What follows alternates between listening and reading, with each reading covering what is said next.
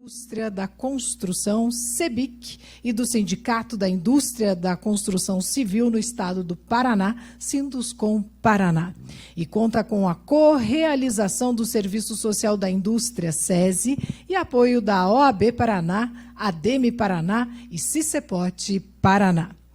Registramos também os nossos especiais agradecimentos aos painelistas que vão abrilhantar e vão também enriquecer as discussões que serão realizadas aqui nesta manhã. E para realizar a abertura, com a palavra, eu convido o senhor José Carlos Martins, que é presidente da SEBIC, por gentileza. Bom dia a todos, bom dia quem está aqui presente, bom dia Rodrigo, bom dia Fernando, bom dia quem está nos assistindo. Eu primeiro parabenizar, Fernando, você, o Sinduscom do Paraná e a todos que estão ao OAB, todos os parceiros, por mais essa iniciativa do Panorama Trabalhista. Eu acho que cada vez mais é um assunto que a gente tem que aprofundar, a gente tem que discutir mais, né? Aquilo que a gente sempre tem dito, né, Fernando? Nós, por muitos anos, vivemos correndo atrás das interpretações de terceiros. Chegou a hora de nós interpretarmos e discutir antes que os outros interpretem, ao contrário do que aquilo que efetivamente foi discutido e que foi realizado. Então, no fundo, é parabenizar vocês, dizer que é isso que eu acho que faz engrandecer, esse conhecimento que a gente passa às pessoas e às empresas que fazem com que elas cada dia estejam juntos conosco. Nós temos hoje, vocês estão aí com quase 500 pessoas participando online, o que é um número expressivo e demonstra a importância de um tema como esse. Tá? Eu acho que não tem muito o que dizer, mas eu conversei muito com as equipes dos candidatos a presidente da República. Nós temos batido muito num ponto, que é a capacitação do nosso trabalhador, a melhoria das condições de trabalho do nosso trabalhador, as condições de saúde e segurança do trabalho, para que a gente tenha cada vez mais trabalhadores conosco, sabe, Rodrigo, que queiram trabalhar conosco, né? Nós precisamos criar um ambiente de trabalho no qual os trabalhadores estejam conosco, realmente gostem daquilo que façam. Que hoje nós sentimos um problema sério que é a ausência. Hoje nos falta mão de obra. Nos falta mão de obra por uma série de motivos. Uma deles é a baixa escolaridade brasileira. Mas também nós não podemos mais aceitar aquilo que a gente tem falado muito, como era no passado, desde a época do êxodo rural. Não tinha capacitação, não tinha qualificação. Vai para a construção civil. E daí nós, dentro desse modelo, acabamos tendo um grupo de trabalhadores, de pessoas não produtivas, que permitem que o setor seja competitivo como a economia e a sociedade brasileira exigem. Então, acho que era isso. Parabéns pelo evento. Acho que é isso que a gente tem que crescer. Rodrigo, obrigado por ceder a sede do Sinduscom mais uma vez aqui para nós. Estamos aqui, a gente se sente em casa mesmo, vai entrando e vai tomando conta. Obrigado, Rodrigo, e mais uma vez, parabéns. Muito obrigada, senhor José Carlos. Transfiro a palavra para o nosso anfitrião, senhor Rodrigo Assis, presidente do Sinduscom Paraná. Bom dia a todos, as pessoas que aqui estão e as pessoas que estão online nos vendo. É muito grato e com muito prazer que o Sinduscom Paraná cedia esse evento de reforma trabalhista, de panorama trabalhista, né, Fernando? Então, eu quero agradecer em nome do presidente José Carlos, que é dessa casa, está aqui nessa casa, mais uma vez. Obrigado, Zé. Obrigado ao Fernando, parceiro de Câmara Brasileira, amigo nosso também, está aqui presente, e pela organização desse evento. Esse tema de trabalho é muito importante. As alterações que têm ocorrido em termos judiciais, eu tenho visto e tenho recebido os relatos da SEBIC e da parte jurídica do Sinduscom Paraná. Cada dia você tem um fato novo e é muito importante essa discussão desse panorama com essas matérias, né, desses assuntos. É um desafio para o setor, você ter uma segurança jurídica para poder você contratar, para você ver até onde você pode ir, e o trabalhador também se sentir seguro em relação às leis. Tá? Então, eu acho que esse debate é muito importante, é de muita qualidade técnica, e eu tenho certeza que todos que estão aqui presencialmente e online vão se sentir agradecidos desse debate. Então, agradeço desde já, mais uma vez, a casa é de vocês, se sintam em casa, fiquem à vontade, e obrigado pela participação de todos. Agradecemos aos presidentes José Carlos e Rodrigo Assis. Aliás, podem também ocupar seus assentos de origem também, ok? Muito obrigado, uma salva de palmas. E anunciamos o início do primeiro painel com o tema negociado sobre o legislado, o alcance das decisões do STF. Convidando para este dispositivo o doutor Fernando Guedes Ferreira Filho, presidente da Comissão de Política de Relações Trabalhistas da CEBIC, a quem eu vou passar a condução para realizar a mediação. Pode ficar bem à vontade aqui, senhor Fernando Guedes.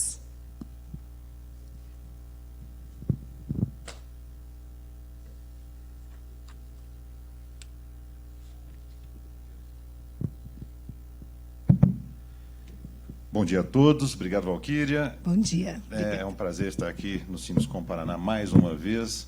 Quero agradecer aqui a todos os consultores paranaenses, no nome do presidente Rodrigo, e também dizer que é uma alegria muito grande conversar com vocês, mesmo que seja semipresencialmente, vamos falar assim, né? Nós estamos aqui, como o presidente Zé Carlos falou, com uma audiência de, na verdade, mais de 500 pessoas online, presidente, e fora os que estão aqui presencialmente conosco, para a gente conversar um pouquinho nessa manhã sobre os temas de relevância, né, na parte trabalhista, que tem impacto na indústria da construção. A ideia do panorama trabalhista, ela vem, nós estamos na segunda edição, e a ideia é anualmente, pela coordenação do nosso grupo estratégico, um grupo de intercâmbio de legislação trabalhista, que é coordenado pela Flávia, que é a assessora jurídica do Sinoscom Paraná, quem eu agradeço também pela organização, de discutir os temas que são importantes para nós do setor. Afinal de contas, o setor é intensivo de mão de obra, é um setor que, vamos dizer assim, tem várias questões discutíveis do ponto de vista trabalhista. Eu costumo falar que a construção, nós somos um setor itinerante, sem linha de montagem fixa, com vários ambientes de trabalho dentro do mesmo site, né, do mesmo local, e isso tem implicações do ponto de vista de segurança do trabalho, de saúde do trabalhador, da própria aplicação da legislação trabalhista, deslocamento, horas em tine, etc., que tem essa importância grande para nós, né?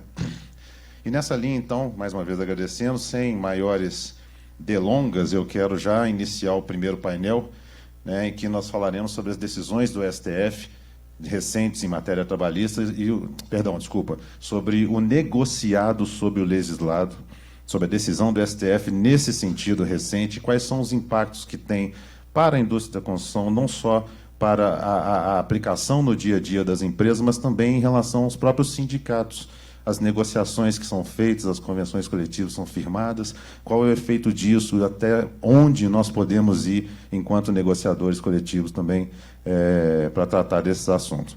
Eu vou dividir a mesa aqui virtualmente com meus amigos Carlos Amorim e Fernando Russomano, né, ambos são advogados da Amorim, Trindade, Canitz e Russomano, advogados de Brasília, né, sendo que quem vai fazer a exposição vai ser o Dr. Carlos Amorim, e depois o Dr. Fernando Russomano será o nosso debatedor dos temas que serão discutidos. E desde já, então, eu quero passar a palavra para o Dr. Carlos Amorim, que terá até 20 minutos para a sua exposição. Dr. Carlos, prazer, né? Muito obrigado por estar aí conosco hoje. Fique à vontade, por favor, para fazer as suas colocações. Muito bom dizer a minha satisfação estar nessa manhã aqui com todos vocês, nesse bate-papo. Peço licença a todos para cumprimentá-los, as pessoas, o Zé Carlos Martins, presidente da CEBIC, o Rodrigo Assis, presidente do Sinoscom Paraná, e ao doutor Fernando Guedes, presidente da mesa da Comissão de Política e Relações Trabalhistas da CEBIC. Faço aqui meu agradecimento bem orado aos senhores por esse honroso convite. Peço também, mais uma vez, licença para fazer um cumprimento destacado, caloroso, fraterno amigo, doutor Fernando Russo.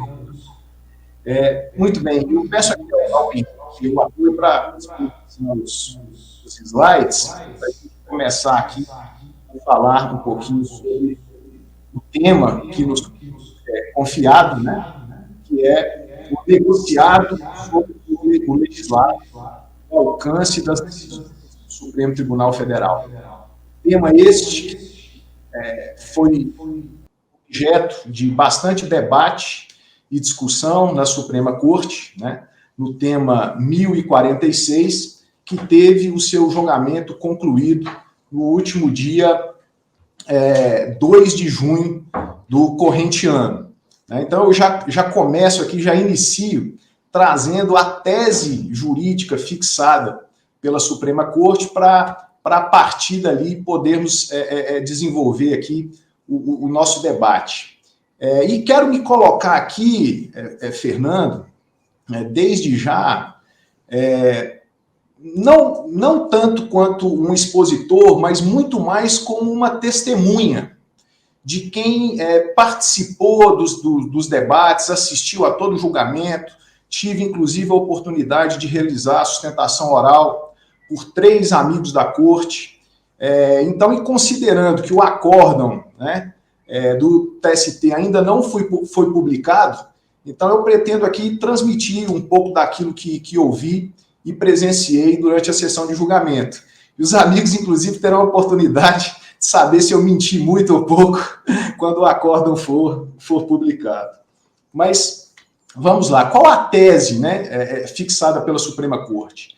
São constitucionais os acordos e as convenções coletivas que, ao considerarem a adequação setorial negociada, pactuam limitações ou afastamentos de direitos trabalhistas, independentemente da explicitação especificada de vantagens compensatórias, desde que respeitados os direitos absolutamente indisponíveis. E, meus amigos, minhas amigas, o que eu depreendi deste julgamento é que o tribunal ele foi coerente com a jurisprudência que ele vem firmando pelo menos desde 2015. E o principal pilar de sustentação desta decisão do tema 1046 foi o reconhecimento, o prestígio e a importância que a Suprema Corte do nosso país tem dado às entidades sindicais, as reconhecendo como legítimas representantes da categoria, cuja participação nas negociações coletivas é obrigatória. Então, eu trago aqui 3 precedentes, na verdade, 4 precedentes da Suprema Corte e que foram citados. Esse primeiro, o RE 590-415, de 2015, de relatoria do ministro Barroso, ele foi citado por praticamente todos os ministros em seus votos, em que naquela oportunidade a Suprema Corte teve a oportunidade de discutir e colocar as entidades sindicais em pé de igualdade, em equivalência na capacidade de negociação junto aos empregadores. Então, o Supremo, partindo dessa premissa de efetiva representatividade, de paridade de armas, é que ele entende que os acordos e as convenções coletivas celebradas pelas entidades sindicais, elas devem ser validadas e prestigiadas. E outros precedentes também foram citados. Teve um acórdão de 2016, de relatoria do hoje saudoso ministro Teori Zavascki, cujo tema de fundo, inclusive, era o mesmo daquele que teve a afetação do tema 1046, né, a possibilidade de supressão de horas em itinerário por negociação coletiva. Então, foi um voto também muito mencionado. Mas, para mim, meus amigos, o principal debate acerca da validade ou não de norma coletiva não ocorreu nesse julgamento do tema 1046. Porque o julgamento que o precedeu foi o da DPF 381, ajuizada pela Confederação Nacional dos Transportes, em que se discutia, em que se pretendia nessa DPF a anulação, o cancelamento, a revisão de decisões da Justiça do Trabalho sobre aplicação, invalidando normas coletivas que colocavam os trabalhadores motoristas como trabalhadores externos, né, no artigo 62, inciso 1º da CLT. Embora essa DPF tenha sido julgada improcedente, mas por uma razão técnica muito específica, que aqui, até pelo tempo que nós temos, não vem ao caso, mas neste julgamento, o Supremo reafirmou com veemência a importância dos sindicatos, a representatividade que eles têm e a responsabilidade que eles têm na negociação de cláusulas e instrumentos coletivos. E, por último, mais recentemente, o Supremo também terminou de julgar o tema 638 da tabela de repercussão geral, aquele famoso caso da Embraer, né, sobre a necessidade ou não de negociação coletiva para despedida em massa. Mas por que eu estou citando esse precedente? Porque nele também o principal fundamento foi a importância e a relevância dos sindicatos. Então, voltando para a questão da tese, o Supremo disse, porque um dos principais argumentos daqueles que defendiam, né, a prevalência do legislado sobre o negociado, uma pretensão sucessiva foi de que pelo menos a Suprema Corte determinasse que para cada supressão ou restrição de direitos fosse explicitado um direito compensatório, uma cláusula compensatória, né? Segundo eles, não poderia haver uma caixinha de surpresas, uma caixa preta na negociação coletiva, enfim, mas essa tese restou superada. E restou superada por quê? Porque a Suprema Corte parte do princípio de que a própria negociação coletiva, ela pressupõe vantagens e concessões recíprocas, né? É a teoria do conglobamento, a sinalagma dos contratos, né? Então, o acordo coletivo como um todo, ele seria equilibrado. E por isso, o Supremo entendeu ser desnecessária a explicitação, né, de vantagem compensatória. Mas aqui eu trago para a reflexão dos amigos que, embora a Suprema Corte tenha feito esse destaque da desnecessidade de explicitação de vantagens, eu entendo que naquelas situações em que a própria lei, em que o legislador ordinário prevê de forma expressa a necessidade dessa compensação, isso deve ser observado. Eu digo isso por quê? Porque nós temos hoje vigente o artigo 611-A, parágrafo 3º da CLT, e que de forma expressa determina a necessidade de cláusula compensatória, asseguratória de emprego, né, naquelas situações em que houver redução de salário ou jornada. Então, mesmo que no tema 1046, o Supremo tenha dito a desnecessidade de explicitação de normas compensatórias, quando a lei assim o exigir, eu entendo que essa explicitação se fará necessária. Obviamente que estamos aí para debater a respeito. E agora vamos entrar naquilo que é o ponto mais sensível, né? A zona mais cinzenta que nós temos da decisão, que é o que diz respeito à impossibilidade de negociar direitos absolutamente indisponíveis, porque residiria exatamente aí os limites da negociação. Mas aí vem a questão, o que são direitos absolutamente indisponíveis, né? Nós temos na legislação comum civil dispositivos que dizem que os direitos passíveis de transação são os direitos patrimoniais privados. Mais recentemente, a Lei Geral da Mediação ampliou um pouco mais essa possibilidade, que além dos direitos disponíveis, aqueles que são indisponíveis, mas passíveis de transação, eles podem ser negociados, né? Mas essa questão, então, o que são direitos indisponíveis, mas passíveis de transação? São aqueles em que a lei os diz indisponível, mas ressalva a possibilidade de transação em determinadas situações, né? Quando nós trazemos essa questão da negociação para o direito do trabalho, isso se complica um pouco mais, porque nós temos dois direitos, principalmente no campo do direito individual do trabalho. Dois direitos fundadores, pilares estruturais do direito do trabalho, que são o princípio da imperatividade das normas trabalhistas e o princípio da indisponibilidade ou irrenunciabilidade dos direitos trabalhistas.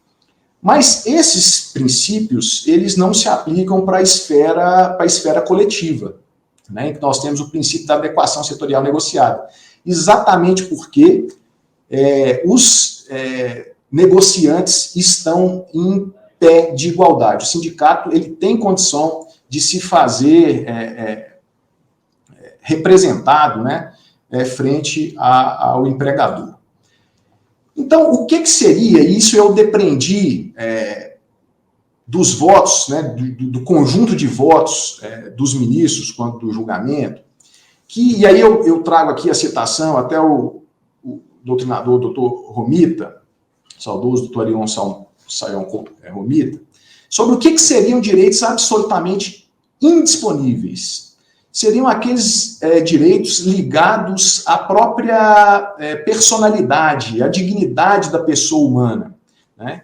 Então, nós podemos citar aqui, por exemplo, o salário mínimo, né, que traz aí um patamar civilizatório mínimo, né, exigível, e as próprias normas de segurança e higiene do trabalho. Então, quer me parecer inimaginável poder prever numa norma coletiva o trabalhador, né, exposto a situações insalubres ou periculosas, trabalhar sem a utilização dos EPIs. Tentando trazer uma segurança jurídica maior para esses limites da negociação, em 2017 nós tivemos, né, a famosa reforma trabalhista, que introduziu os artigos 611A e 611B da CLT, em que o 611A traz um rol exemplificativo daquilo que pode ser objeto de negociação, ao passo que o artigo 611B traria aqueles direitos absolutamente indisponíveis. E aí a minha compreensão é que esse rol seria exaustivo, exauriente, né? Seriam exclusivamente esses os direitos não passíveis de transação. E aí eu volto aqui para o voto do relator, o Gilmar Mendes, que vai servir aí, obviamente, como referência para as decisões futuras que se vierem. Primeiro, o ministro Gilmar se vale de 3 balizas fundamentais. A primeira é de que as cláusulas estabelecidas em acordos e convenções coletivas, elas devem ser interpretadas à luz do princípio da equivalência entre as partes negociantes.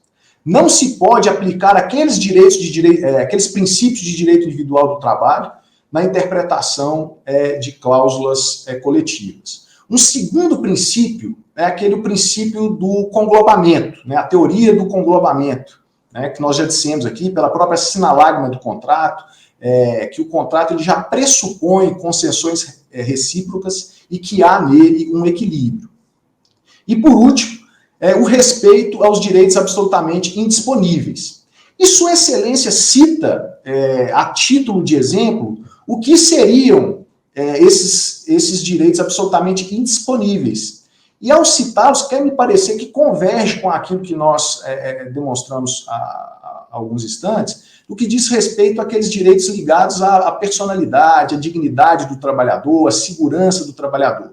Então, o ministro Gilmar verbalizou: a anotação da CTPS não pode ser objeto de negociação, salário mínimo, repouso semanal remunerado, normas de saúde e segurança do trabalho, dispositivos antidiscriminatórios. Por exemplo, seria impossível estabelecer uma norma coletiva que determinado gênero poderia ter o salário maior ou menor. Então, absolutamente inaceitável, né, a liberdade de trabalho. E aí, senhores, eu entro naquilo que eu considero o mais sensível do julgamento, porque pode trazer uma insegurança grande. Porque, ao mesmo tempo em que o ministro Gilmar cita os artigos 611A e 611B da CLT como referências de segurança jurídica trazidas pelo legislador ordinário, Sua Excelência ressalvou que, como a constitucionalidade desses dispositivos não estava sendo discutida naquele recurso, que o mais seguro, a resposta mais efetiva, seria buscada na própria jurisprudência do TST e do Supremo. E ele fez, inclusive, um quadro comparativo, foi citado por outros ministros, pelo ministro Alexandre de Moraes, por exemplo, e que ele cita a súmula 437 do TST, a súmula 85, súmula 423, enfim, entende que aquilo que a Justiça do Trabalho e o próprio Supremo já disseram como inegociáveis, que aquilo seria a referência. Mas e aí, por que está o perigo? Porque o 611-A, né, no seu inciso 3º, ele prevê a possibilidade de redução do intervalo entre a jornada, respeitado o limite mínimo de 30 minutos. Ao passo que a súmula 437, o inciso 2, é expressa em dizer o contrário, que é inválida a cláusula coletiva que negocie o intervalo entre a jornada. Então, quer me parecer que esse trecho, pelo menos, do voto do ministro Gilmar, ele vai dar margem aí para uma discussão, para interpretações controvertidas. Então, eu entendo que o Supremo perdeu uma grande oportunidade de efetivamente trazer uma maior segurança jurídica aos jurisdicionados, né, a todos nós, a sociedade como um todo, estabelecendo que a própria legislação ordinária ditaria, né, aquilo que seria absolutamente indisponível. E aqui, Fernando, eu me encerro, né, essas minhas considerações, esse meu testemunho daquilo que pude presenciar e vivenciar lá no julgamento supremo, me colocando aqui à disposição. Então, Carlos, muito obrigado pelas suas palavras. Aí realmente o tema é amplo, é extenso, é denso, né? A gente teria muita coisa para falar, mas vamos continuar um pouquinho aqui na nossa conversa que teremos com o meu colega Fernando Russomano, né, também advogado de Brasília, também, além do escritório Amorim Trindade Candes e Russomano, ele também assessora o Sinduscom DF na parte trabalhista, nas negociações coletivas.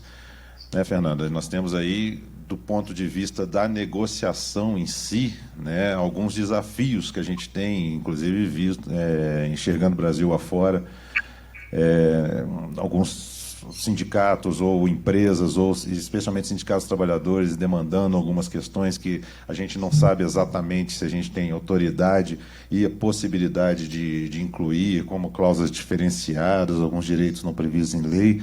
Eu acho que nós temos muita coisa aí para trabalhar, né, Fernando? Com isso, eu já passo a palavra para suas considerações enquanto debatedor, para que depois a gente possa conversar um pouquinho sobre isso.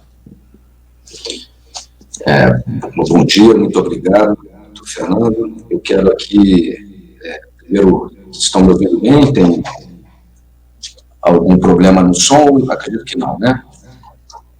Quero primeiro cumprimentar, saudar o Dr. José Carlos Martins, presidente da CEBIC, agradecer o convite e a oportunidade de vir falar para tão seleto público. Agradecer também e saudar o Dr. Rodrigo Assis, presidente do Sinduscom do Paraná, a doutora Flávia Moraes, que coordena o Panorama Trabalhista, e cumprimentar o meu colega Carlos Vinícius, que aqui bem expôs o testemunho que fez do julgamento tão importante que é do tema 1046. Logo na abertura, o presidente José Carlos já destacou a importância das relações trabalhistas, destacando a necessidade de uma qualificação maior de mão de obra, da importância da mão de obra na indústria da construção civil. E o presidente Rodrigo Assis trouxe uma expressão que também é fundamental, segurança jurídica. E aí vejam, as senhoras e os senhores, a importância do tema 1046. Muito mais do que uma simples questão jurídica, num sistema capitalista como o que vivemos, como o sistema que o Brasil adotou constitucionalmente, a necessidade de gerar emprego, de garantir um pleno emprego, outro princípio constitucionalmente garantido, necessita, é imprescindível para essa geração de empregos, o desenvolvimento econômico. Não se cria empregos por lei. Para se criar empregos, para se gerar empregos, é necessário o desenvolvimento econômico. É necessário que tenhamos empresas, que tenhamos empregados e que tenhamos segurança jurídica para criar um ambiente propício ao desenvolvimento econômico. E a segurança jurídica é o que nos falta, sobretudo nessas questões relacionadas aos acordos e convenções coletivas de trabalho. As normas autônomas talvez seja o caminho para essa geração de emprego, para esse desenvolvimento econômico. Ninguém melhor do que os próprios atores sociais, empregadores e empregados, para decidir as condições de trabalho, dadas as especificidades de cada categoria econômica, para gerar um ambiente propício ao desenvolvimento econômico e à geração de empregos. E vejam, Vossa Excelência, a intervenção estatal é a insegurança jurídica que causa nas negociações coletivas. E vem o Supremo Tribunal Federal, se debruça sobre essa questão, e, a meu ver, conforme até bem demonstrado aqui pelo Dr. Carlos Vinícius, não resolve o problema fundamental, que é a segurança jurídica. O ideal desse panorama trabalhista é justamente, com um público misto entre construtores e também o mundo jurídico, nos dá um norte do alcance de até onde podemos ir, palavras aqui do Dr. Fernando Guedes também, até onde podemos ir nas negociações coletivas. E até onde podemos ir, continua a pergunta, permanece a pergunta até onde podemos ir nas negociações coletivas, porque a tese fixada no Supremo Tribunal Federal, pelo menos antes de publicado o acórdão proferido nesse tema, não nos dá um norte seguro e preciso a respeito dos limites que temos nas negociações coletivas. O que nos dá, na verdade, a decisão do Supremo Tribunal Federal é a confiança de que os princípios que fortalecem a negociação coletiva, eles estão cada vez mais firmes e fixados e inseridos dentro da jurisprudência trabalhista, que são as 3 diretrizes principais destacadas aqui pelo Dr. Carlos Vinícius, que devem ser o norte para qualquer operador do direito, para qualquer jurídico de Sinduscom, se orientar sobre as possibilidades e os alcances das normas coletivas. O princípio da equivalência, que pressupõe um sindicato forte. E aí vejam, as senhoras e os senhores, o alcance desse tema. Nós precisamos fortalecer os sindicatos. O sindicato patronal e o sindicato laboral profissional. Nós precisamos fortalecer os sindicatos, porque apenas com sindicatos fortes nós teremos um ambiente propício, seguro juridicamente, que nos permita negociar as condições de trabalho que vão desenvolver economicamente o setor tão importante para o Brasil como a construção civil e todos os demais setores. O princípio da equivalência é uma das diretrizes traçadas pelo Supremo Tribunal Federal. A teoria do conglobamento, essa talvez seja uma das questões que estejam mais tranquilas dentro da jurisprudência trabalhista. Já se compreende o caráter sinalagmático dos acordos e convenções coletivas de trabalho, já se compreende que não é necessário especificar uma contrapartida em razão de eventual flexibilização, supressão ou alteração de direito trabalhista previsto em lei. Embora haja as ressalvas já destacadas na exposição do Dr. Carlos Vinícius. E o ponto principal, e que nos traz uma insegurança jurídica, uma disponibilidade ampla de direitos de trabalho, mantendo um patamar mínimo civilizatório. E o que seria esse patamar mínimo civilizatório? Então, considerando que esse é o principal assunto, é a principal temática que envolve o tema 1046, a necessidade de segurança jurídica, de criação de um ambiente propício ao desenvolvimento econômico e, por consequência, a geração de emprego, buscando alcançar o pleno emprego, princípio garantido constitucionalmente, é que ficam as reflexões. E aí devolvo ao Dr. Carlos Vinícius uma pergunta para que a gente aqui reflita junto. O Dr. Fernando Guedes também pode também fazer as considerações, obviamente, que entender necessárias.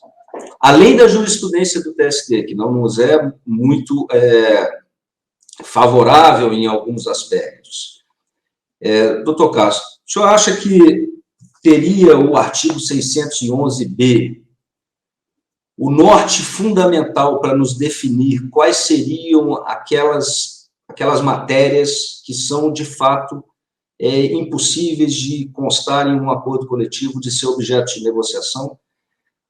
O caminho que nós temos que seguir seria esse do artigo 611-B.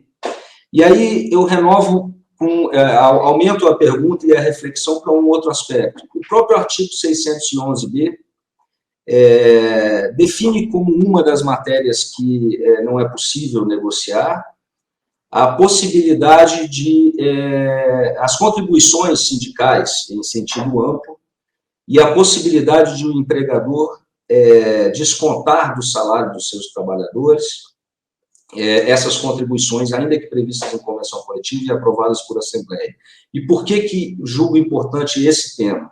Justamente para preservar uma principal diretriz que foi traçada pelo Supremo Tribunal Federal, do princípio da equivalência de forças, ou seja, o fortalecimento dos sindicatos. E, como nós sabemos, com a reforma trabalhista, houve, de fato, um enfraquecimento no sistema de custeio das entidades sindicais e, por consequência, nós podemos ter aí um enfraquecimento da força da equivalência entre as partes. Obrigado pela pergunta, Fernando. Eu indago inicialmente se vocês conseguem me ouvir bem. Eu coloquei um som aqui porque fui alertado que parece que eu estava tendo eco. Melhorou? Sim? Tudo está certo. Fica à vontade. Obrigado. Fernando, obrigado pela pergunta. Realmente, como eu disse há pouco, o ministro Gilmar, assim como demais ministros que o acompanharam, verbalizou expressamente que a segurança jurídica estaria nos artigos 611-A e B, mas como a constitucionalidade deles ainda não havia sido decidida, que se buscasse nos próprios precedentes da Justiça do Trabalho do Supremo aquilo que poderia ou não ser negociado. Mas quer me parecer, pelo conjunto dos debates, que sim, que nós poderíamos ter como norte os artigos 611-A e B. Respondendo a sua pergunta aqui de forma objetiva, eu hoje, se eu tiver que orientar algum cliente, algum amigo, eu procuraria seguir como não possível de transação via negociação coletiva aquilo que o legislador reformista inseriu no artigo 611-B. Com relação à segunda questão, esse é um dos temas mais sensíveis, né, do mundo laboral desde a edição da reforma, que foi a retirada da contribuição sindical obrigatória e da expressa e prévia necessidade de autorização do trabalhador para desconto, né? Então, o que fez o legislador, em outras palavras, foi impossibilitar, isso está no 611-B, que normas coletivas, né, acordos e convenções coletivas, previssem essa dedução. Mas acho que até por uma questão de fazer se imperar a realidade, o próprio TST, em decisões à época da vice-presidência, o ministro Renato Lacerda Paiva, já autorizou em alguns dissídios coletivos submetidos à mediação aqui do TST, se estabelecessem cláusulas parecidas com isso. E a jurisprudência, eu acho que ela tem evoluído gradativamente de forma a permitir essa questão da previsão em norma coletiva de desconto, né, e invertendo a seta, dizendo que o trabalhador, caso ele não concorde, que ele faça uma ressalva expressa. O que eu tenho visto em muitas dessas cláusulas coletivas que dispõem sobre isso é a previsão também de que, caso essa questão viesse a ser discutida administrativa ou judicialmente, que desde já o sindicato destinatário da verba seria o responsável pelo pagamento. Exatamente porque o empregador é simplesmente um repassador da verba, né? Ele desconta do seu empregado e transfere para o sindicato. Então, esse é um tema sensível, é difícil de uma resposta convicta, mas quer me parecer que a jurisprudência do próprio TST tem evoluído nesse sentido. Muito bem. Eu queria colocar para os colegas, doutor Caso Vinícius, doutor Fernando, uma questão sobre, nessa linha aí da negociação, né, igual eu comentei no início da minha fala, né, dos limites das relações sindicais nas negociações coletivas, porque nós temos na CPRT recebendo muitas dúvidas, muitos questionamentos de sindicatos Brasil afora, diante de demandas de sindicatos de trabalhadores, para que possam ser incluídas cláusulas que tratam de forma diversa aquele trabalhador sindicalizado quanto ao trabalhador que não é sindicalizado, que teria algum desconto diferenciado, algum benefício também diferenciado, recebe um auxílio X, um ticket Y, alguma coisa assim.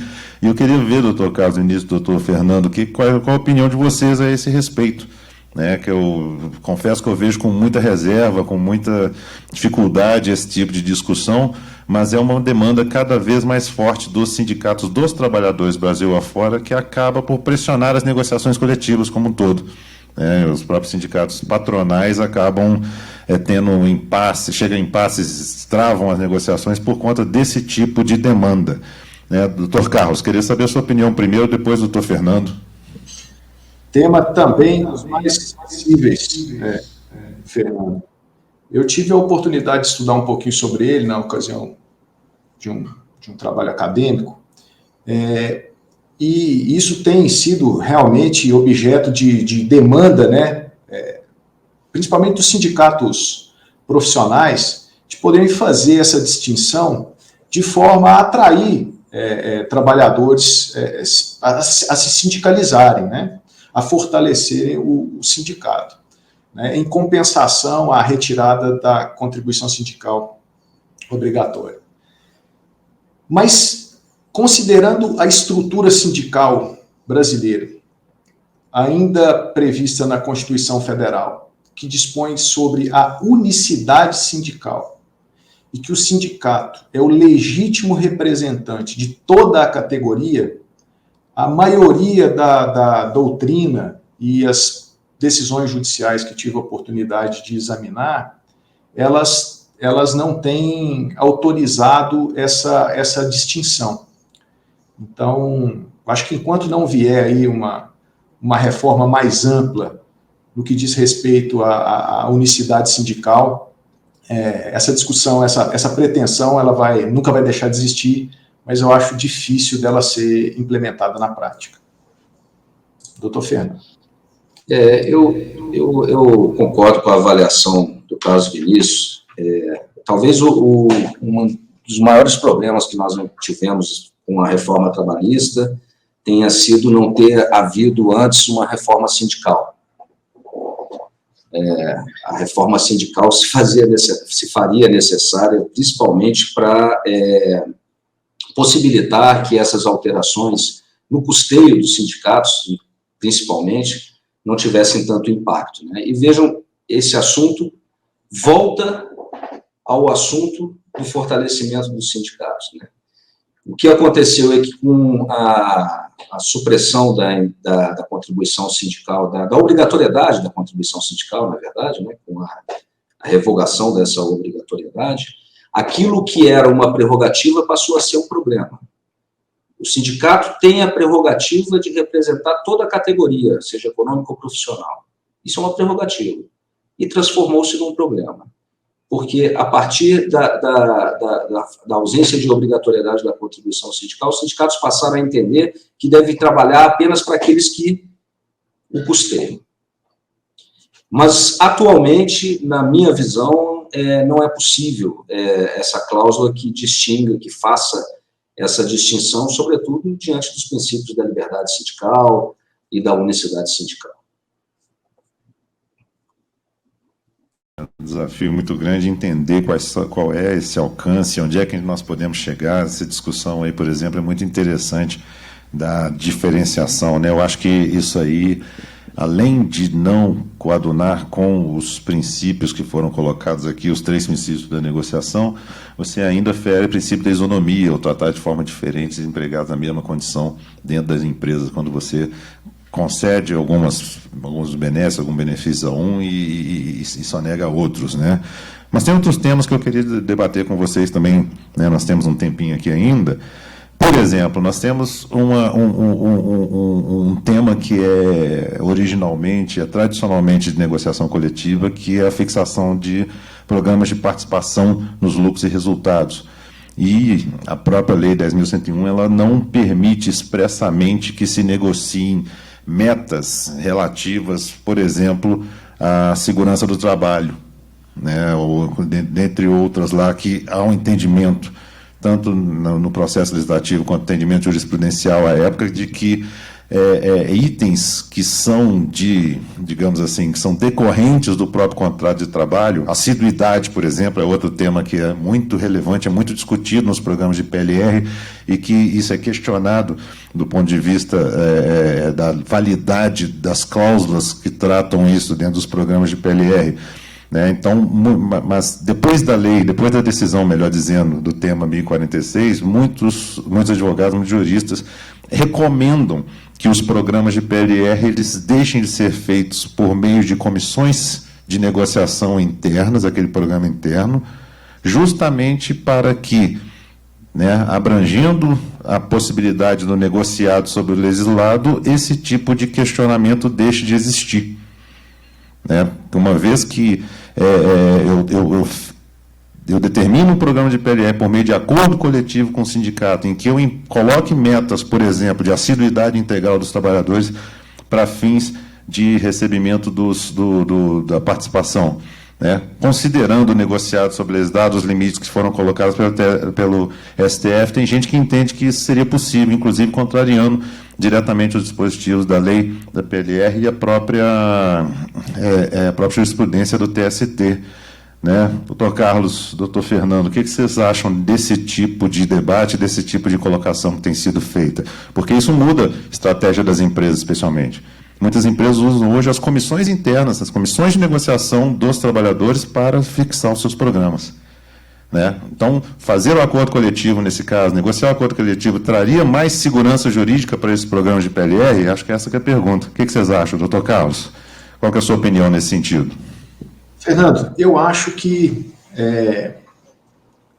veja, em praticamente todos os votos dos ministros que defenderam a prevalência do negociado sobre o legislado, eles fizeram remissão ao artigo 7º da Constituição e colocaram como sendo dois dos valores, né, dos direitos mais caros para um trabalhador é o seu salário, a sua remuneração e a sua jornada de trabalho.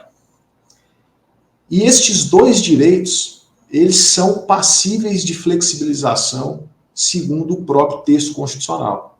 Então, o artigo 7º, 6º e 13 e 14 da Constituição prevê a flexibilização da jornada constitucionalmente assegurada, a majoração dessa jornada via a negociação coletiva, inclusive redução de salário via negociação coletiva. A PLR, nós estamos falando de questões umbilicalmente relacionadas à remuneração, ao proveito econômico, né, à participação, o próprio nome já diz, dos trabalhadores nos lucros do empregador. Então, eu acredito que poderá haver margem, sim, para rediscussão, reabertura desse debate após a fixação do tema 1046, que a PLR celebrada via negociação coletiva, que ela teria mais margem de estabelecer determinadas metas que o legislador ordinário, caso essa parcela ela venha a ser regulamentada fora da participação sindical, que ela tende a prevalecer. Ou, pelo menos, eu acho que há bons argumentos, sólidos argumentos jurídicos para defender essa posição. Sem dúvida, né? Respondendo objetivamente, eu creio que a inserção dessa participação em acordos coletivos, ela daria maior segurança jurídica. E esse tema, ele está ligado também a uma dúvida que é constante aqui também, no Distrito Federal, e que é um anseio da maior parte dos empregadores, né, da categoria econômica, que é a definição de cláusulas que impliquem na remuneração do mérito, né, que talvez tenha sido a grande oportunidade que a Lei 13.437 trouxe para os setores econômicos, né, que é a remunerar o mérito. Agora, é necessário definir, dentro dos limites da lei, sem estressar, né, os argumentos, essas possibilidades, de forma a garantir, aí, mais uma vez, a segurança jurídica. Mas, sem dúvida, respondendo objetivamente, acredito que a inserção desses programas, desses planos, em acordos coletivos, sejam viáveis com essa decisão do Supremo e tragam maior segurança jurídica, sem dúvida. Não só do ponto de vista da segurança jurídica trabalhista, mas às vezes até da segurança jurídica previdenciária, vamos falar assim, né? Se existe essa expressão.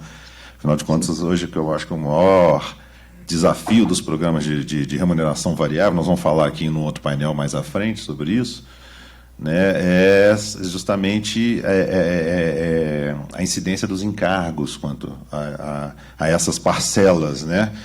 E realmente o INSS impõe, né, a jurisprudência do CARF nesse sentido é bem restritiva, várias condições de validade dos pagamentos da PLR para fins de incidência da parcela previdenciária, né? Então isso é muito interessante.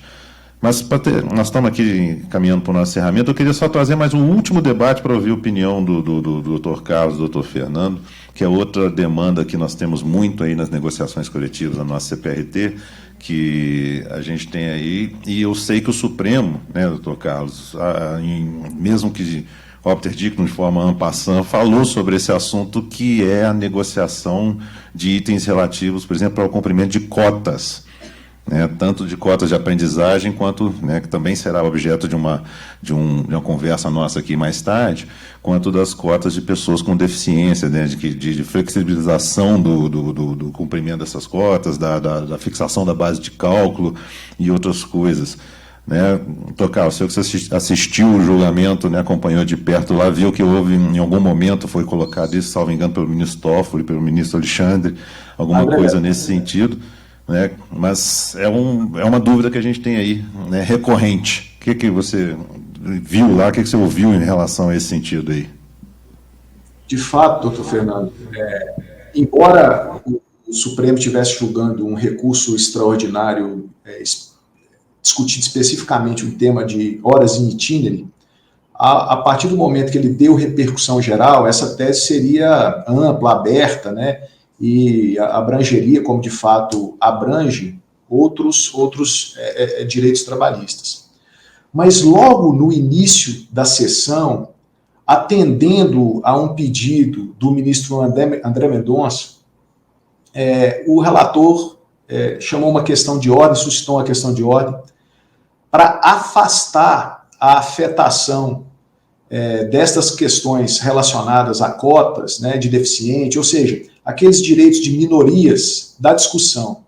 Então, desde o início do julgamento, ficou esclarecido ali, ou estabelecido entre os ministros, para a Corte, de que esta questão não seria objeto ou abrangida pelo tema 1046. Porque várias entidades representativas, né, das minorias, fizeram um trabalho institucional junto à corte e ganharam voz lá, principalmente com o ministro André Mendonça, e o ministro Gilmar acolheu, e essa questão foi expressamente retirada do julgamento. Doutor Fernando, alguma consideração nesse sentido? Não, essa de fato foi para quem acompanhou o julgamento, foi o primeiro aspecto destacado do julgamento. Então, quanto a essa questão, acredito que a gente não consiga avançar com cláusulas nesse sentido. De fato, ficou fora da possibilidade de negociação. Falar isso porque realmente tem muita demanda. Pois não?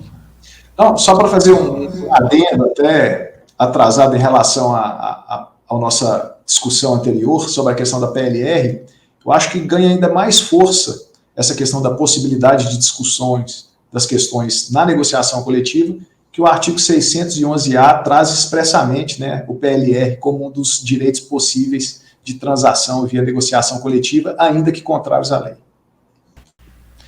Muito bom, gente, muito bom. Né? Como eu disse aqui, é um tema que, se a gente quisesse, ficaria aqui a manhã inteira trabalhando, discutindo sobre isso. Nós temos vários exemplos, várias situações concretas aí, Brasil afora, que poderiam ser tratadas, mas, infelizmente, nós temos que encerrar, nosso tempo se esgotou.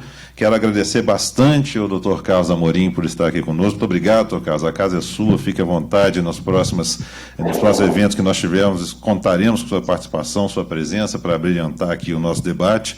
E do nosso colega também, que já participa da nossa CPRT, do nosso grupo de discussão, né, de intercâmbio de legislação trabalhista, Dr. Fernando Russomano. Fernando, obrigado mais uma vez aí por estar conosco, por trazer aí as suas colocações. Se vocês quiserem aí, em alguns segundinhos, cada um falar as suas considerações finais, fiquem à vontade aí, por favor, começando com o Dr. Carlos, na sequência do Dr. Fernando, aí a gente encerra o painel. Eu que agradeço, doutor Fernando, mais uma vez aqui, pelo honroso convite. Foi um prazer enorme bater esse papo aqui com os amigos, e estou à disposição para sempre que precisarem. E espero que, se tiver oportunidade, aliás, em uma próxima oportunidade, me fazer participação presente, ainda que como ouvinte. Muito obrigado, doutor Carlos. Doutor Fernando? Doutor Fernando, eu também renovo aqui o agradecimento da oportunidade de poder vir a falar a esse seleto público. Lamento também não poder estar presencialmente, é um misto de lamento e agradecimento pelo fato da tecnologia nos permitir, ainda que à distância, participar. Os compromissos depois da pandemia, com a possibilidade dessas reuniões telepresenciais, eles aumentaram em número significativo, o que para nós é bom, mas, por outro lado, nos deixa longe dos amigos, e gostaria muito de estar presente, mas, de qualquer forma, agradeço a todos pela organização, a doutora Flávia, que também conduz esse panorama trabalhista, e na próxima oportunidade estarei, sem dúvida, presente, nem que seja como ouvinte também. Com certeza. Obrigado mais uma vez, doutor Carlos, doutor Fernando, a todos que nos acompanham até agora. Com isso, nós encerramos esse painel. Agradecemos a participação dos painelistas, Dr. Carlos Amorim, Dr. Fernando Russomano, permanecendo aqui conosco, Dr. Fernando Guedes.